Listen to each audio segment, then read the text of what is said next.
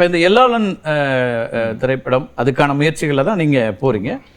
திரு சீமான் எப்போ அங்கே வராரு? இப்போ எந்த காலகட்டத்தில் இந்த சந்திப்புகள் நடக்குது? இதை சொல்கிறதுக்கு முன்னாடி சில விஷயங்களை நான் சொல்லி ஆக வேண்டியிருக்கு. அதையும் நான் சேர்த்து நான் அட்ரஸ் பண்ணிடுறேன்.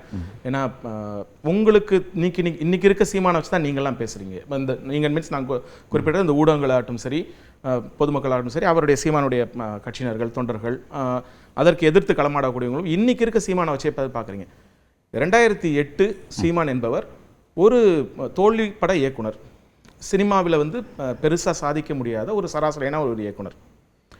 குறிப்பிட்டு ஈழத்தமிழர்கள் எல்லாம் விடுதலை புலிகள் அவர் கூப்பிட்றதுக்கான காரணன்றது திராவிட மேடைகள்லையும் கம்யூனிஸ்ட் மேடைகள்லையும் மகாய்கா போன்ற மேடைகளில் பேசக்கூடிய ஒரு பேச்சாளர். பணத்துக்காகவோ பொருளுக்காகவோ இல்லை எதுவுமே இல்லாமல் கட்சிக்கோ கொள்கைக்காகவோ பேசக்கூடிய ஒரு பேச்சாளர். அப்படி தான் அவரை பார்த்தாங்க.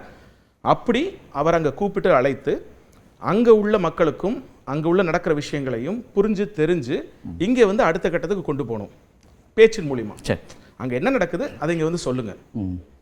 ஒரு காலகட்டத்தில் என்னோட பள்ளி காலத்தில் அந்த டைம்லாம் பார்க்கும்போது வைகோனனுடைய ஸ்பீச், அவரோட ஸ்பீச் வந்து ரொம்ப எழுச்சியாக இருக்கும். ஆனால் அதே நேரத்தில் ஈழத்தமிழரோட விஷயம் வரும்போது அவர் எமோஷனலாக பேசுவார். அதை கேட்கும் போதே நமக்கு வந்து அழுக வந்துடும். அவ்வளோ ஒரு ஹார்ட் டச்சிங்காக இருக்கும். இதெல்லாம் தான் வந்து நமக்கு வந்து இந்த போராட்டத்து மேலே ஈடுபட காரணமானதில் அவர் குளத்தூர் மணி என்ன இவங்கெல்லாம் பேசக்கூடிய விஷயங்கள்.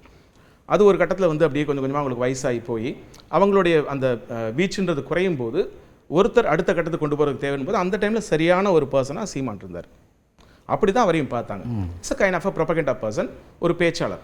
எப்படி எல்லா கட்சிகளிலும் ஒரு பேச்சாளர் இருப்பாங்களோ அது மாதிரி அவங்களோட விஷயங்களை கொண்டு போய் சேர்க்கறதுக்கு அவரை வந்து யூஸ் பண்ணணும்னு நினச்சாங்க. அதுக்காக தான் கூப்பிட்டாங்க.